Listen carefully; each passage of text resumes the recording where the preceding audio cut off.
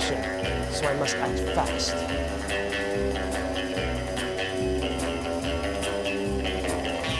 Wow! What is this, the future? This is beautiful. Dancing airport. Wait a minute. What was I doing? Oh, the mission. I gotta catch a plane to Shenzhen.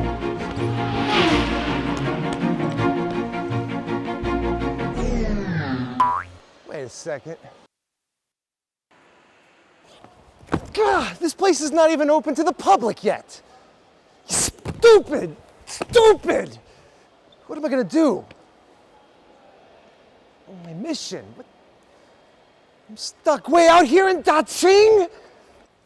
God!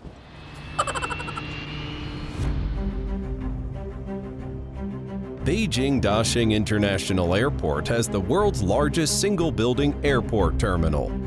With a total surface area of 1.4 million square meters, it is a comprehensive transport hub combining light rail, intercity railway, expressway, and airport. By 2022, the airport is expected to reach a throughput of 45 million passengers. The $12.1 billion mega project proves that China's transport infrastructure is ahead of the world.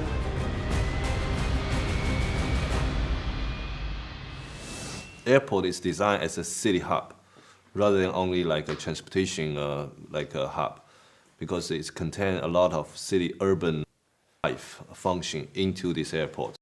The integrated transport hub aligned with the city clusters identified in the 13th five-year plan, and also with the synergies that are capable of with the proximities of transport networks, create an incredibly strong strategy for the economic development of China.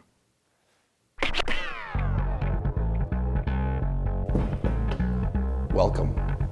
Okay, so Daxing International Airport isn't open to the public quite yet, but I still need to get to Zhengzhou. How am I gonna get to Zhengzhou?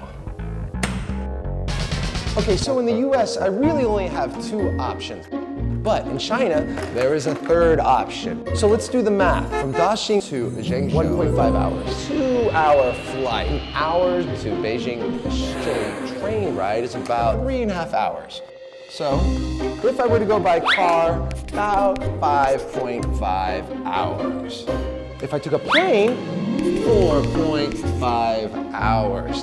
High-speed rail, 4.5. Okay, because it's more comfortable, cheaper, and more relaxing, I'm gonna take the train. I gotta get to Beijing-Xi. If you build road, you make people understand outside world and then they try to connect to the world. In China, we have very interesting saying, if you want to be rich, you have to build the road first. The road system and the railway system is very important because we used to be an agriculture society.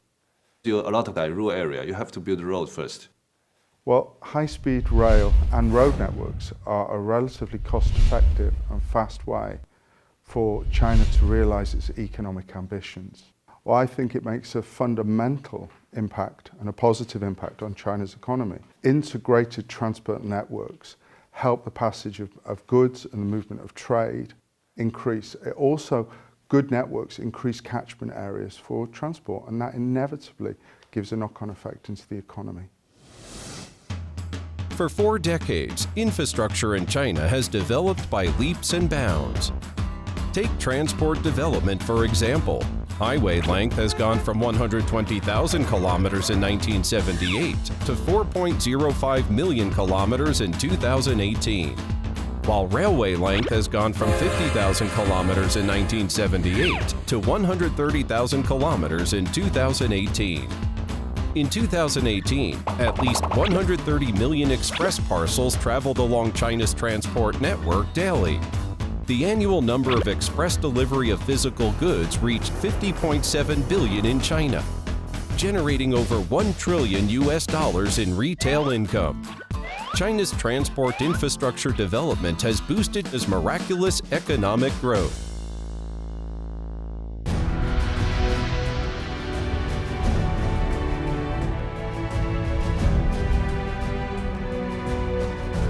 2011, they've been building 6,000 miles of motorway every year. 6,000 miles a year! It beggars belief, and it's not like the terrain is easy. I'm telling you, in Britain, we're doomed. We're doomed. I think the gap is the West's issue, the rest of the world, not China. China is answering the difficult questions for modern society going forward. Let me give you some examples. Okay, let's take rail. Shanghai has 675 kilometers of rail. It runs incredibly efficiently. These are incredible figures, and all of it is done with this incredible level of efficiency. Yeah. China using 30 years to catch up with the world, like a lot of infrastructure improved. Still we have a lot of place which we didn't touch on, and then still lack of a lot of service getting there, access to there. Currently, no metros in China operate around the clock throughout the year. Among the world's top 50 busiest airports in 2016, 9 are in China and 16 in the US. In China, among its 1.4 billion people, only fewer than 400 million travel by air. Although China's transport infrastructure is continuously expanding, issues still exist in terms of density, average per capita, low efficiency, and unreasonable planning. Take railway, for example. China's total railway length is only second to the US, but its average density per capita still lags largely behind the world average. China still needs to comprehensively develop its transport infrastructure.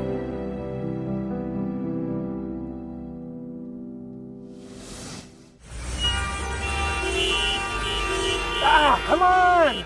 God, it's so bad! How come China has invested so much money in their infrastructure? They've made so many improvements, they've optimized, but whenever you get on the road, you can't get anywhere. I need to get to the train station. Well, I think in China, last few decades, we already have a very strong top-down system to plan the whole China, and then the big cities, and then to the province level. But all this big plan, rural area, which nowadays in China is still lack of a lot of infrastructures. We have the two ways to make a better life in the countryside. One is we try to provide road infrastructures, abilities to make people have transportations that can have all the whatever information or goods can sell out. But in the same time, we also need to try to see how we can move people out to the city and then provide them better conditions. If you're improving road connections into a rural area, that's not the answer in itself. Once you get that road there, then the community, the society, the development plan at the end of those road networks into the rural areas needs to be sustainable, it needs to be vibrant, it needs to be community-based. And by doing that, then it makes a lot of sense. I think infrastructure still have a lot of things to do in China.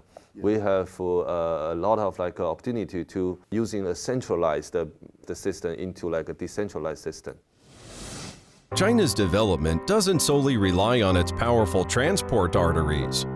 Capillary engineering involving streets and rural roads are equally important, particularly in impoverished Midwestern areas. Adapting a zip line and building a road may open up the door that lifts the people out of poverty and towards prosperity.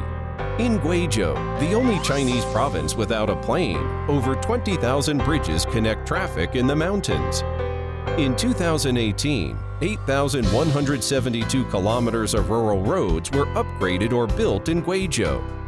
Accessibility to the mountainous areas was enhanced and economic growth promoted. Guizhou became the only province in a decade whose GDP grew by over threefold. Excavator production and marketing are closely connected to transport infrastructure development. In 2018, China sold a total of 203,426 excavators, among which the percentage of smaller excavators for farm irrigation grew the most by 27.5%. As China develops large transport infrastructure, it also increases the intensity in developing small-scale transport infrastructure that concerns the life of every Chinese. We need to improve a lot of things, especially in the governance system, so that we can also the market-driven, also the small system, rather than big system only. I think next decades that if we really try to build up a better system that can guiding the investment in the right time, right place. If you can put a transport hub in strategic locations which tie in with the urban clusters, which tie in with the corridors for road and rail that are properly networked across the nation, then you supergroup some of the main international and domestic airports. That's an incredibly strong formula for a very efficient country. You've got policies for the development of high-speed rail and road and airports, and then clustering the airports. All of this together creates a comprehensive plan. So I think the main issue is to stick to the plan. Development is the only way forward. Speeding up infrastructure construction, thoroughly executing new development ideas, and building a modern economy are necessary.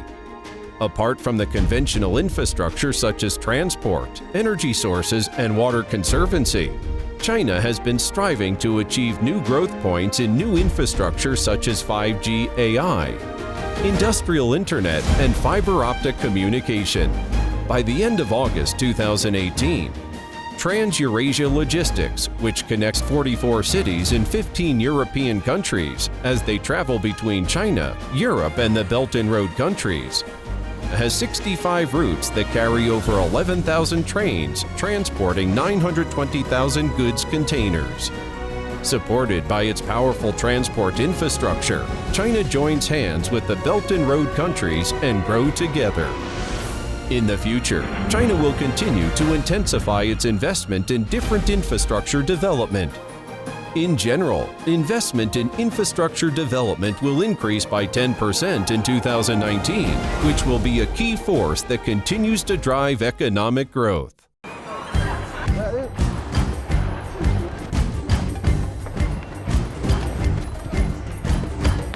Jeez. What's up? Why are you so hurry?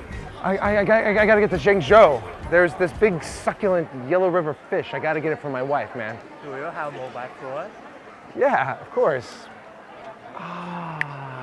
Yeah. Duh, God, why didn't I think of that? Yes, online shopping. Hey, Siri, can you help me? What's up? I need to order a big Yellow River fish off of Taobao. You will receive the Yellow River card from Zhengzhou at 7:30 this evening. Perfect. See, in China, there are more convenient ways to get what you want than going 600 kilometers by railway. Internet shopping. Online shopping is very developed in China, but it's based on the infrastructure of China. But we'll talk about internet economy next time. For now, I gotta get back to my wife, because there's a fish coming.